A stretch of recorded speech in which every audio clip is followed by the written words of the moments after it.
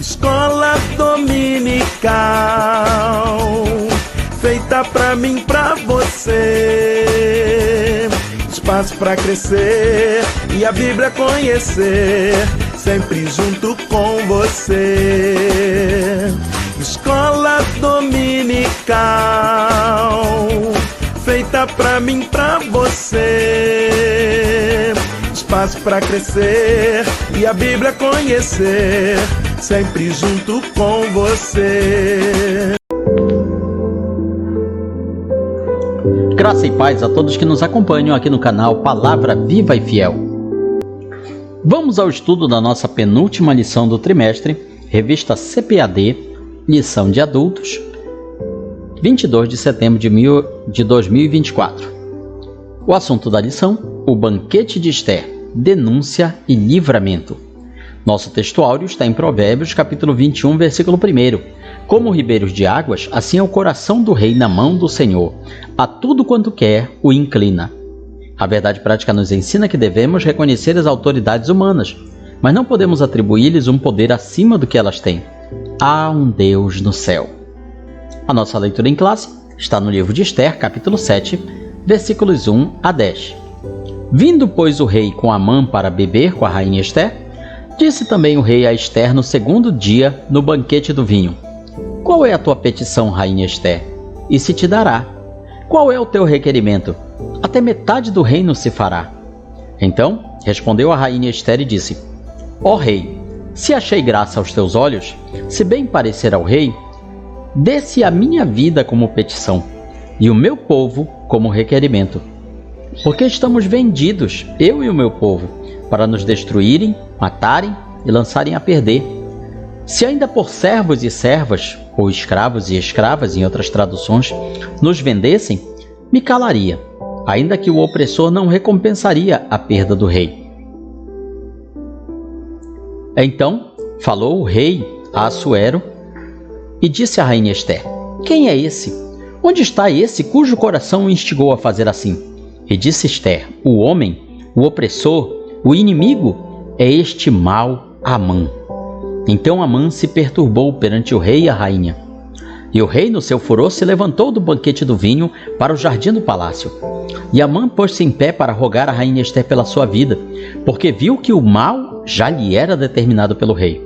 Tornando, pois, o rei do jardim ao palácio, à casa do banquete do vinho, Amã tinha caído prostrado sobre o leito em que estava Esther. Então disse o rei: porventura, quereria ele também forçar a rainha perante mim nesta casa? E saindo essa palavra da boca do rei, cobriram a Amã o rosto. Então disse Arbona, um dos eunucos que serviam diante do rei: eis que também a forca de 50 côvados de altura que Amã fizera para Mardoqueu, que falara bem do rei, está junto à casa de Amã. Então disse o rei: enforcai-o nela. Enforcaram, pois, a Amã na forca que ele tinha preparado para Mardoqueu. Então o furor do rei se aplacou. Antes de prosseguirmos, lembre de deixar o seu like, o seu curtir. Muitas pessoas assistem essa ministração, mas não lembram de deixar a sua bênção aqui para nós. Então nos abençoe com o seu like, com o seu curtir, com o seu joinha. Deixe também um comentário aqui para projetar mais engajamento para este vídeo. Dessa maneira, o algoritmo do YouTube ficará sabendo que este vídeo tem um conteúdo relevante e o recomendará a outras pessoas. Com isso, você estará nos ajudando a espalhar a boa semente neste grande campo virtual que se chama a internet. Seja um semeador desta obra, deixe o seu like, o seu curtir, deixe um comentário aqui dizendo o que você achou desta ministração, ou simplesmente um comentário com o título da lição, com o nome do personagem que mais lhe chamou a atenção, com alguma coisa que realmente lhe tocou o coração nesta lição, nessa ministração. Na introdução do comentário, lemos que na lição anterior vimos como Deus agiu para alterar todo o cenário em Suzã. Mardoqueu foi honrado e Amã humilhado. As condições agora eram outras. Até a mulher e os amigos de Amã já prenunciavam a sua derrota. Tudo será resolvido no segundo banquete oferecido por Esther. O primeiro tópico nos fala sobre o banquete e a denúncia, a instabilidade de Amã. O dia foi terrível para Amã. Cedo, ele saiu de casa determinado a conseguir do rei a ordem de enforcamento de Mardoqueu. Durante o dia, serviu de guia para o cavalo que transportou seu desafeto judeu pelas ruas de Suzã. Em casa, ouvia uma sentença totalmente desfavorável. Enquanto isso, chegaram os servos do rei para levá-lo com pressa ao banquete preparado por Ester. Amã estava certamente muito perturbado. Aquele dia era um dia em que ele não teve tempo de repousar. Ele não teve um momento para colocar em ordem as suas ideias, um momento para readquirir forças, para fazer um plano A, um plano B. Ele não teve nada disso. Todos os seus planos tinham caído por terra de uma só vez, e ele não sabia agora para onde ir. Amã era um homem poderoso, um homem rico, um homem cheio de estratégias, mas naquele dia, que seria o último dia da vida dele, e ele ainda não sabia disso, ele saiu cedo de sua casa para pedir a morte de alguém, e ele terminaria aquele mesmo dia morto. Vejam como Deus sabe se vingar daqueles que oprimem o seu povo. Nunca, jamais devemos duvidar do agir de Deus. Ele sabe como se vingar, de que maneira e o momento mais oportuno. Então, ir a um banquete naquelas circunstâncias deve ter sido muito desconfortável. Os deliciosos pratos que foram servidos certamente não foram o bastante para deixar Amã tranquilo, calmo, sereno. Não foram o suficiente para lhe permitir preparar uma estratégia e, principalmente, ele não tinha ideia do que viria pela frente. Em momento algum, ele desconfiou que Ester fosse do povo judeu. Então ele não sabia o que esperar. Quem sabe ele tenha ido até para aquele banquete esperando um momento de colocar as ideias em ordem, ter algum tempo de descanso, para no outro dia prosseguir nas suas estratégias. Mas Deus tinha reservado para ele o pior que ele poderia esperar. Segundo item, o banquete do vinho. Esse banquete para o qual Ester convidou o rei, Assuero e Amã é chamado de banquete do vinho. O contexto é o reino da Pérsia, no qual, assim como os demais reinos pagãos de toda a história, o uso do vinho era comum nas festas e banquetes. O Antigo Testemunho é enfático quanto aos seus terríveis males, os males do vinho. Havia expressa proibição de vinho para os sacerdotes, numa demonstração da necessidade de fazer uma clara distinção entre o santo e o profano, conforme acentua a Bíblia de Estudo Pentecostal. A abstinência total do vinho era condição para o voto do nazireu, do nazireado. E aqui nós abrimos um parênteses.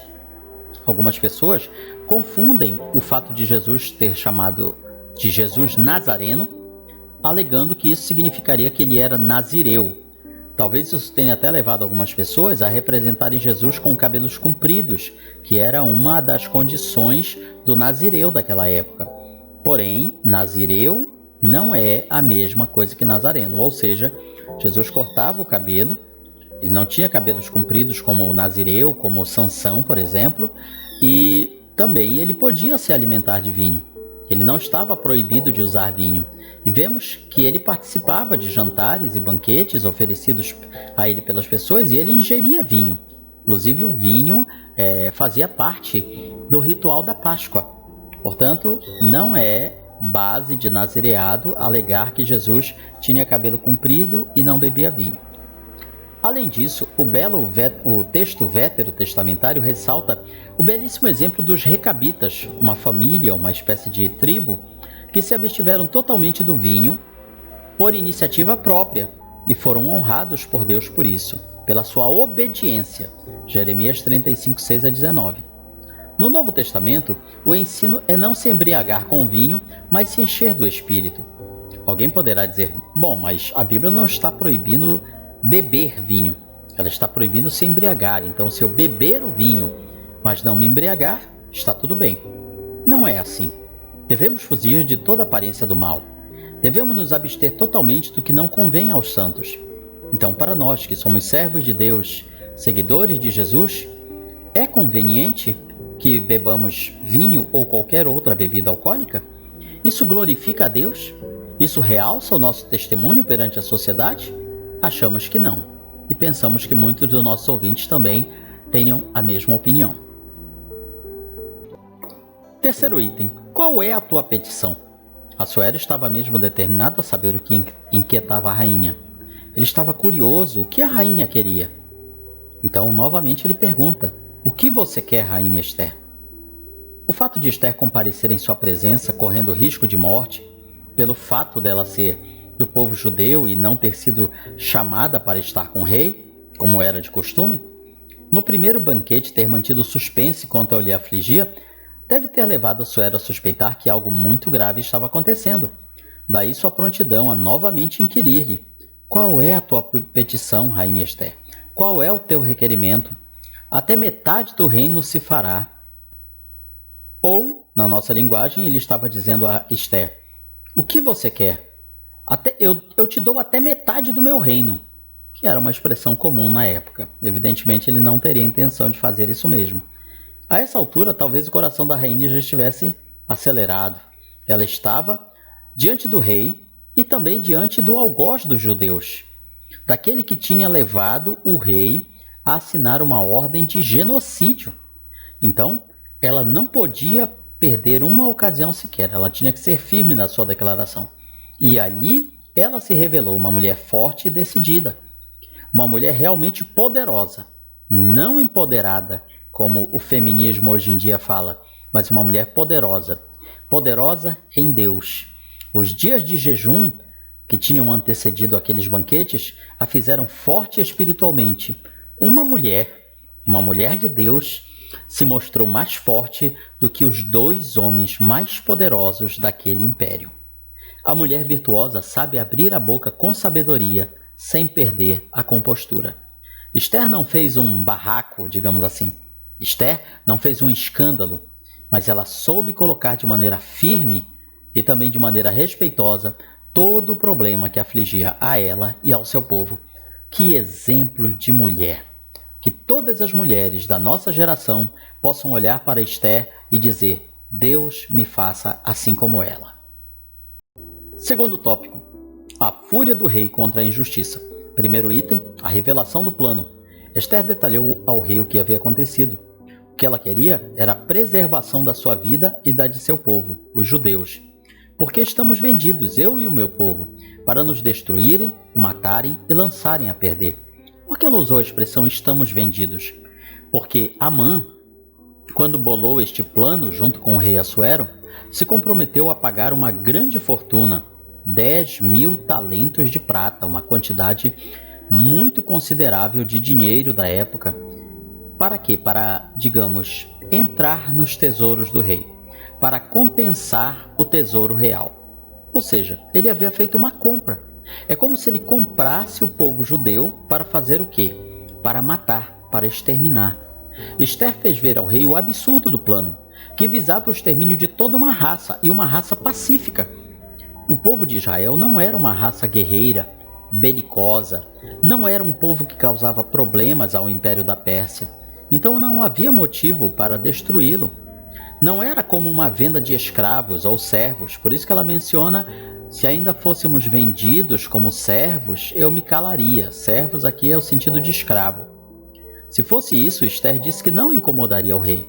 É como se ela dissesse para o rei da seguinte maneira: se em vez de nos matar, quisessem nos escravizar, eu aceitaria.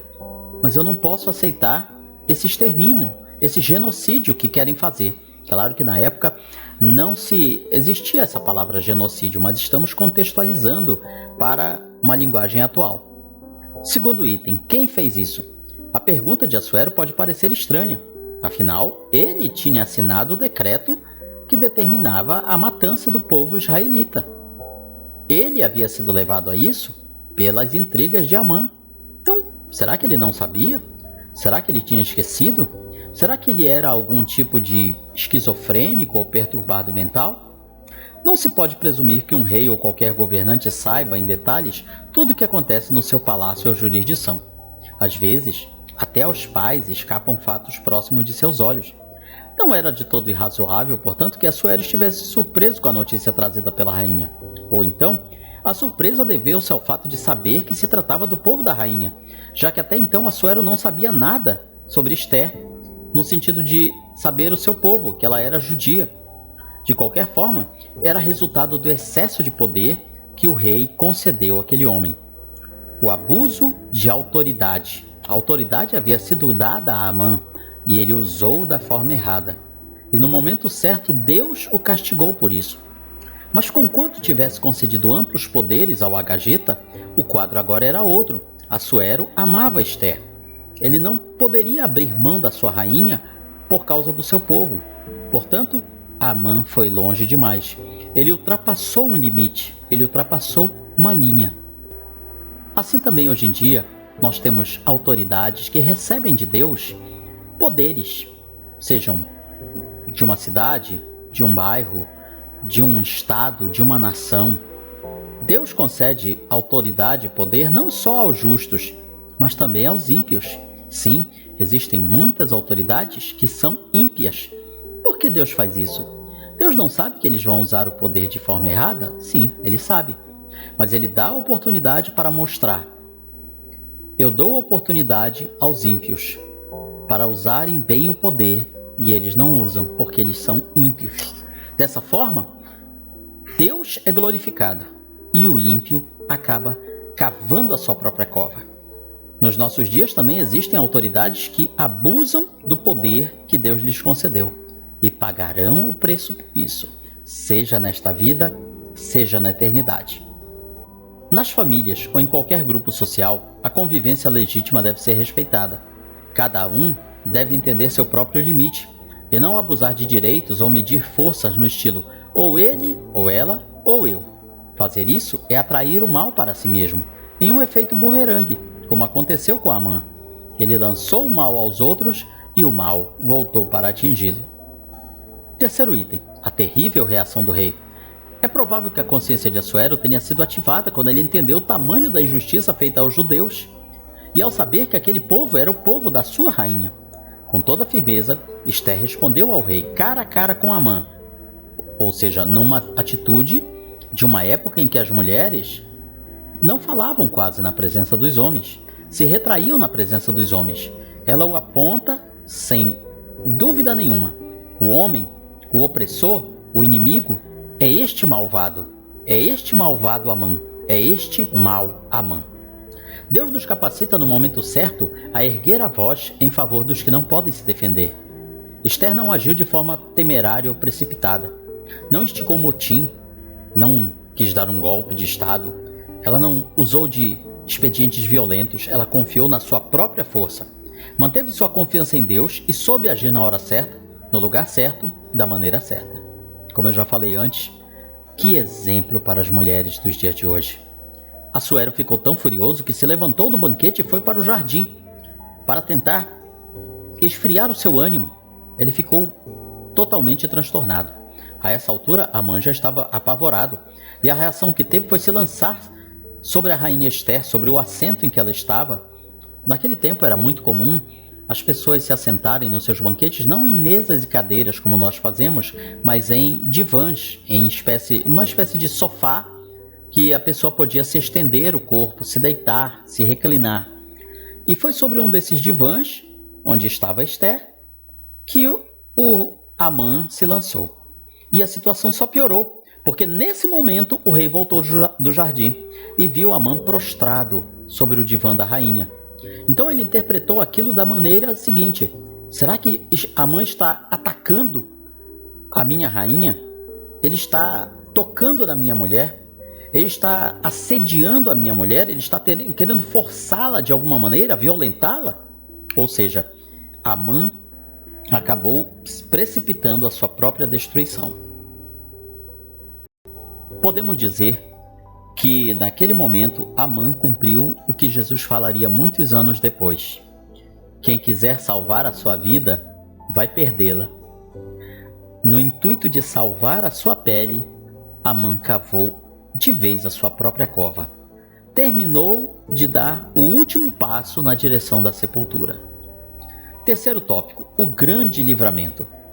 Primeiro item, a história da forca chegou ao palácio. A reação física e verbal de Assuero levou seus servos a entender que a morte de Amã estava decretada. Os servos do rei, que ali estavam também vendo aquela cena, Quando viram o rei falar essas palavras em relação a Amã está querendo forçar a rainha, eles entenderam, é crime de morte. Este homem vai morrer. Não importa a sua posição como grão-vizir, primeiro-ministro, acabou para ele. A vida deste homem chegou ao fim agora. Por isso nos fala a Bíblia que cobriram o rosto de Amã. O que era isso? Era uma forma de execução antecipada. Era como se fazia com os condenados à morte. Cobria-se o rosto para que eles não vissem a execução que viria pela frente. Eles não viam o carrasco, eles não viam a forca, eles não viam o que iria acontecer.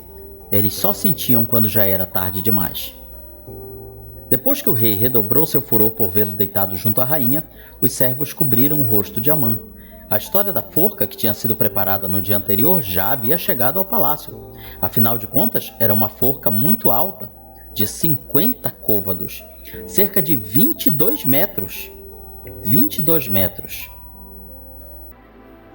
Esse tamanho de forca é como se fosse um prédio de 6 andares. Veja aqui novamente a numerologia.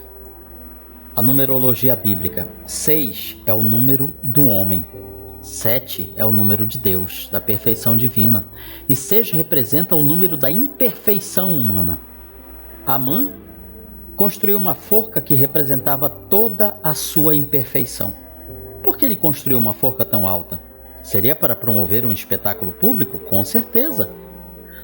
Amã queria que, pendurado Mardoqueu na ponta da corda daquela forca, todos olhassem para lá e dissessem: vejam só o que acontece com quem não se curva ao grão-vizir Amã. Vejam o que acontece com quem desafia o poder de Amã. Essa era a intenção dele. Em vez disso, a forca serviu para sua própria vergonha. Afinal, imagine quando as pessoas olhavam de longe aquela forca e perguntavam: quem está pendurado nela? Amã, o primeiro-ministro do rei, o grão-vizir. Mas o que fez ele? Então, todos saberiam da vergonha, porque até então ninguém sabia. Ninguém sabia que Amã tinha sido o grande arquiteto por trás do plano de genocídio. Para todos os efeitos, parece que o rei Assuero é que havia tido aquela iniciativa do nada e ninguém ousava questioná-lo. Afinal, ele era o rei. Mas agora todos saberiam quem tinha sido o causador de todo aquele transtorno, de toda aquela confusão. Como eu sempre gosto de repetir, Deus sabe se vingar. Segundo item, os ventos mudaram. Até aquele dia, à exceção de Mardoqueu, todos os servos de Assuero se inclinavam e prostravam diante de Amã. Mas talvez não fosse tão querido assim na corte. Afinal, bastou uma oportunidade para que um dos oficiais do rei tivesse a iniciativa de sugerir sua execução na própria forca que ele tinha preparada. Amã, devido à sua posição como alto oficial da corte do rei, certamente teria sido executado pelo golpe da espada, que era o mais comum, pela decapitação. Dificilmente ele teria ido para a forca ou crucificação. Sim, os persas foi que inventaram a crucificação. Os romanos apenas copiaram isso depois. Pouca gente sabe disso. Pois bem, então, devido a essa situação, o rei ordenou que Amã fosse enforcado na própria forca que ele construiu. Em ambientes de poder, às vezes impera um certo senso de conveniência, um sistema de conveniência. Se muda de lado com muita facilidade. Talvez Harbona até tenha feito parte do grupo de servos do rei que denunciou Mardoqueu para Amã. É uma possibilidade. Agora, soube ser bem perspicaz para sugerir a forca para seu ex-superior. Ele não apenas informou ao rei que havia uma forca preparada por Amã para Mardoqueu, mas foi sutil ao dizer: aquele que falara para bem do rei. Ou seja, ele estava se referindo a Mardoqueu. Está dizendo: Amã preparou uma forca. Mas se ele tivesse apenas informado isso, talvez o rei não tivesse resolvido enforcar Amã naquele momento, naquele instrumento. Mas de dizer: Amã preparou uma forca para Mardoqueu. Sabe quem é Mardoqueu? Aquele que falou bem do rei. Aquele que o rei honrou.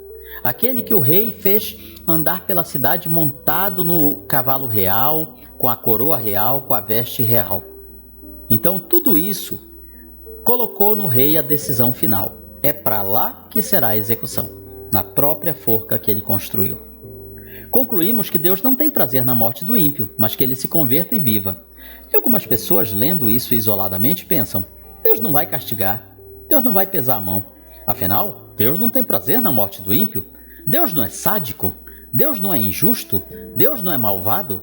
É isso que leva muitas pessoas a permanecerem na sua vida de pecado sem temer a Deus. Afinal, Deus não castiga ninguém. Deus não é malvado. Deus é pai, não é padrasto. Alguns dizem até isso. Nada contra os padrastos, mas existem pessoas aí que costumam usar esse ditado popular. É o espírito rebelde quanto mais do homem que o leva à perdição. Amã deu lugar ao ódio e planejou de forma implacável e cruel a morte de Mardoqueu e de todos os judeus do reino da Pérsia. E o resultado foi esse. Foi enforcado na própria forca que preparou. Que o Senhor guarde nosso coração de toda maldade. Não deixemos surgir no nosso coração maldade como surgiu no coração de Amã. Olhemos sempre para nós, mas não buscando nossas qualidades, que somos tão fracos e falhos, mas olhemos para nós para ver nossas imperfeições, nossos erros, para dizer: Senhor, me conserta, me transforma, não deixa que eu me torne como Amã. Claro que nós olhamos para a figura de Amã e pensamos: nunca que eu seria como ele. Mas talvez Amã já tenha sido uma pessoa boa em algum momento da sua vida. Talvez ele já tenha uma pessoa não tão má quanto ele se revelou.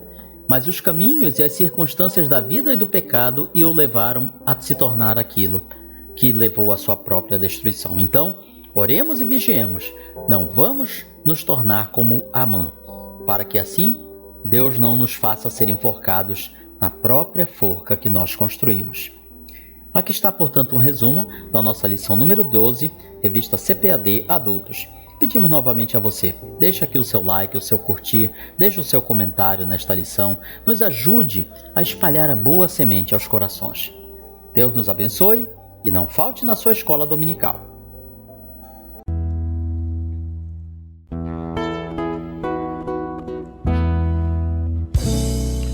Findou-se o tempo de estudo da escola dominical. Boa lição aprendemos do nosso Pai Celestial.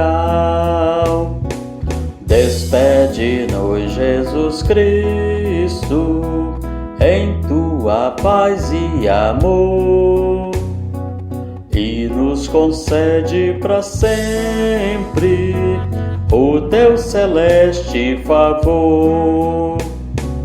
Aos visitantes e amigos agradecemos também.